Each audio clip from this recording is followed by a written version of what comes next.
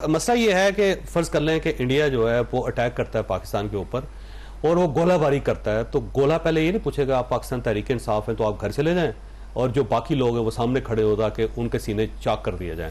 और ये अगर पानी रुकता है तो ऐसा नहीं होगा पाकिस्तान तहरीक इंसाफ के लिए पानी रवा होगा तो बाकी सब लोग जो हैं वो पैसे मर जाएंगे, क्योंकि वो सबको एक ही मुल्क समझते हैं और एक ही नेशन समझते हैं। तो इस वक्त अगर आप अपने आप को डिवाइड करेंगे, साइड पे करेंगे, तो अल्टीमेटली नुकसान आपका भी उतना ही है जितना दूसरों का।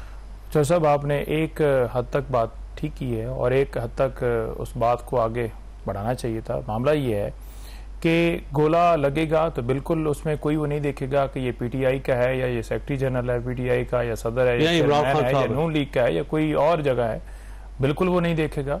तो इसलिए हम कह रहे हैं ना कि अगर आपने ये जंग जीतनी है तो इमरान खान को रिहा कीजिए, जो इस जंग को जीत के आपको दिखा सकता है। वो निकलेगा तो माहौल चेंज हो जाएगा। देखिए अडयाला जेल के अंदर जिस तरह खान साहब की स्टेटमेंट आई है, क्या बाय जितने लीडरान मौजूद हैं वो ख्वाजा आसिफ को आगे पेश कर रहे हैं जी, अता तारड़ साहब आप आके पेश होंगे, जो सरबराह हैं, क्या किसी एक की तरफ से ऐसी स्टेटमेंट आई है? नहीं आई। तो मौकफ खान का क्लियर है कि हम पाकिस्तान के साथ हैं और पाकिस्तान की जंग लड़ रहे हैं, और उन्होंने बड़ा क्लियर कैटेगोरिकली कहा है कि अफवाज पाकिस्तान जो है वो हमारी हैं, लेकिन किसी की पॉलिसी किसी एक की, कुछ दो की, तीन की, किसी सरबराह की गलत होगी तो उस पर तनकीद होगी। इसका मतलब ये है पहले आर्मी चीफ को तब्दील किया जाए आपके लिए। देखें फिर आप हो सकता है कि हम ये कह रहे हैं, काबिल समझे इस मुल्क को कि आप बाहर निकलें। हम ये कह रहे हैं कि इमरान खान जो वो बाहर आए और वो आके लीड करें, जो कि कौम की डिमांड है। 8 फरवरी को कैसे करेंगे? वो सोशल मीडिया पे देख लें, आप कहीं पोस्ट लगा के कैसे लीड करें? देखें अब इमरान खान को वजीर आजम अवाम ने बना दिया 8 फरवरी को, यानी उनको वजीर आजम बना देना चाहिए, जेल से निकाल के उनको प्राइम मिनिस्टर की कुर्सी पे बिठा देना चाहिए।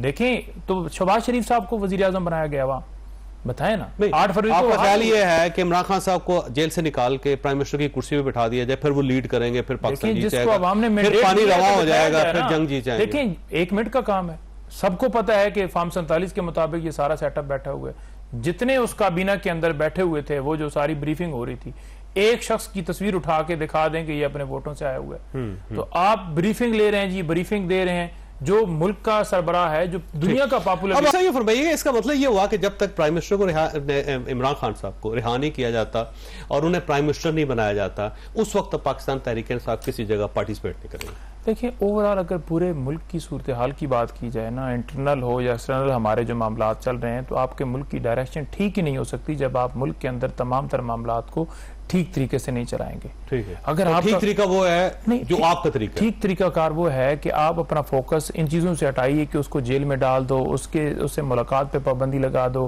फलां बंदे की जमानत कैंसिल कर दो। आज मंडी भावलदीन से एक बंदे का फोन आया, उन्होंने कहा जी कि वो करे ना अपना भाई। मैं वो ये कह रहा हूं ना कि तमाम इदारों को कहें कि आप फोकस हटाएं। देखें जब आप किसी को गोली मारेंगे, ठीक है, किसी के भाई को शहीद करें, किसी के भाई को बेगुनाह उठाएंगे, गायब कर देंगे, तो क्या वो आपको दुआ देगा? आपको दुआ नहीं देगा, वो आपको सपोर्ट, उसके दिल में तकलीफ होगी, उसके दिल में दर्द होगा।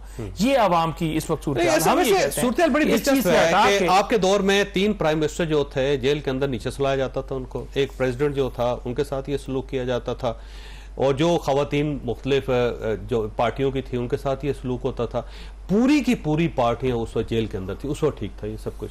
देखें इमरान खान के दौरे इक़्तिदार से पहले के केसेस थे उनपे, और इमरान खान साहब के दौर में शायद पूरे प्रोटोकॉल हासिल थे। अब लीडरान की बात करें, फिर एक उस पे भी परवेज अशरफ साहब, नवाज शरीफ साहब मेडिकल का कह के कि 4 हफ्तों में मैं आ जाऊंगा, वो तो बाहर चले गए। इसी तरह बाकी भी आप तमाम देखेंगे कैसे उनको बेले। अब जो इनका केस था 2 महीनों के अंदर फिक्स हो गया, जब ये फैसला आया मरियम के खिलाफ और बाकी लोगों के खिलाफ, सस्पेंशन भी जो है वो हो गई, 2 महीने के अंदर सारा हो गया। लेकिन इमरान खान के अलकादर के केस वो फिक्स ही नहीं हो रहा, वो फिक्स होता है फिर उसे आगे भिजवा दिया जाता है। आप देखते हैं कि 3-3.5 महीने बाद अगर केस लगा है तो उसमें क्या पेशरफ्त होती है। 8 तारीख। अच्छा वैसे शेख साहब देखिए, पाकिस्तान तहरीक इंसाफ का मौका बड़ा क्लियर है, वो कहते हैं जी हमारा तो एक ही मुतालबा है, इमरान खान साहब को बाहर लाएं, प्राइम मिनिस्टर बनाए उनको, फिर वो आपकी सोसाइटी की, नेशन की मदद करने के लिए तैयार है, वरना वो साइड पे बैठे। मैं आपको बताऊं जो सूरत हाल है। देखिए इस वक्त हमारा मुल्क एट स्टेक है, इस वक्त ये मामला नहीं है पॉलिटिकल मामला, और मैं ये देख रहा हूँ अगर ये अपने जिद पे कायम रहेंगे ना तो ये अपना पॉपुलर है जमात, पॉपुलैरिटी भी लूज करेंगे।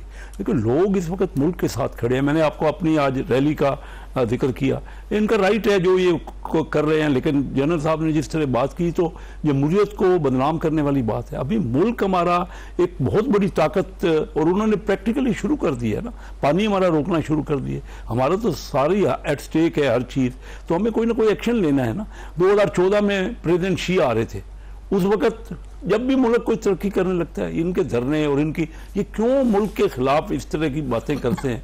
कहीं ना कहीं तो बैठ के डायलॉग जरूर होना चाहिए, मैं डायलॉग के हमेशा फेवर में रहा हूँ, और गलतियां ये नहीं कि हमारी तरफ से कोई गलती नहीं हुई होगी, लेकिन ये दोनों पार्टियां या तीनों पार्टियां या जो भी पार्टियां हैं सारी मिल के जब तक अपने सॉर्ट आउट नहीं करेंगे, और मुल्क को इस वक्त जरूरत है, इससे ज्यादा कोई और वक्त नहीं हो सकता कि हम आप सॉर्ट आउट।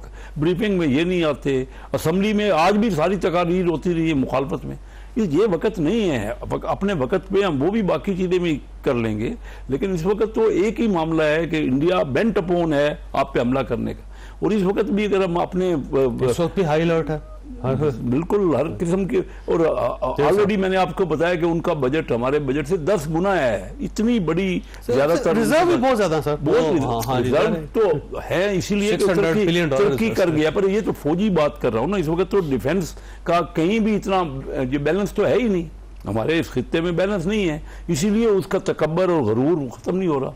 और हमें हर सूरत में सबसे पहले अपनी यूनिटी करनी है, इसमें कोई शक नहीं है, लेकिन ये वे फॉरवर्ड क्या है जो सूरत हाल है पाकिस्तान के अंदर, पॉलिटिकल सूरत हाल की बात कर रहा हूँ, इसके अंदर कोई वे फॉरवर्ड को रास्ता निकलता हुआ नजर आ रहा है आपको? जी बिल्कुल, देखिए आई थिंक पाकिस्तान की आवाम, of course every individual of Pakistan has been threatened ना। वो आपने पहले बात की है कि वो कोई चुन के तो कर नहीं रहा, अभी अगर वाटर मनूवर की उन्होंने बात की है तो उसका टारगेट कौन है? सारे पाकिस्तान का हर पाकिस्तानी। जब आप फूड स्कार होंगे, जब आप प्यास, आपके यहाँ पे एनवायरनमेंट खराब होगी, आपको टारगेट किया। और सबसे बड़ी बात यह कि न्यूक्लियर हो के आपको जो एम्बेरस किया जाएगा कि you can't do anything about it, तो आपने क्यों रखी हुई है ये फौज, क्यों रखा हुआ है ये न्यूक्लियर, किस लिए रखा हुआ है?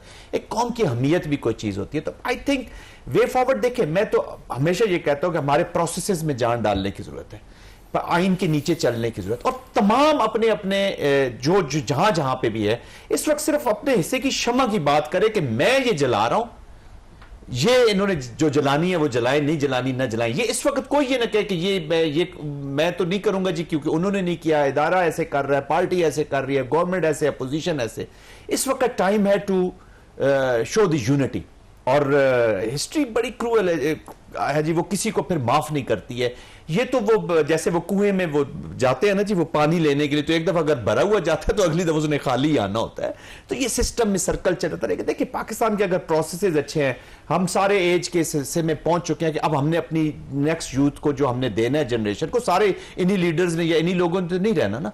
पाकिस्तान एक प्रोसेस से गुजर रहा है, इसमें जान डालने की जरूरत है। सब अपने अपने जो अना के घोड़े हैं उससे थोड़े से नीचे उतरे, क्रिएट स्पेस। और मैं बताऊं, डेमोक्रेसी में अगर हमारे पॉलिटिशियंस स्पेस नहीं क्रिएट कर सकते, कॉन्फ्लिक्ट रेजोल्यूशन कभी भी नहीं हो सकता। We have to create space.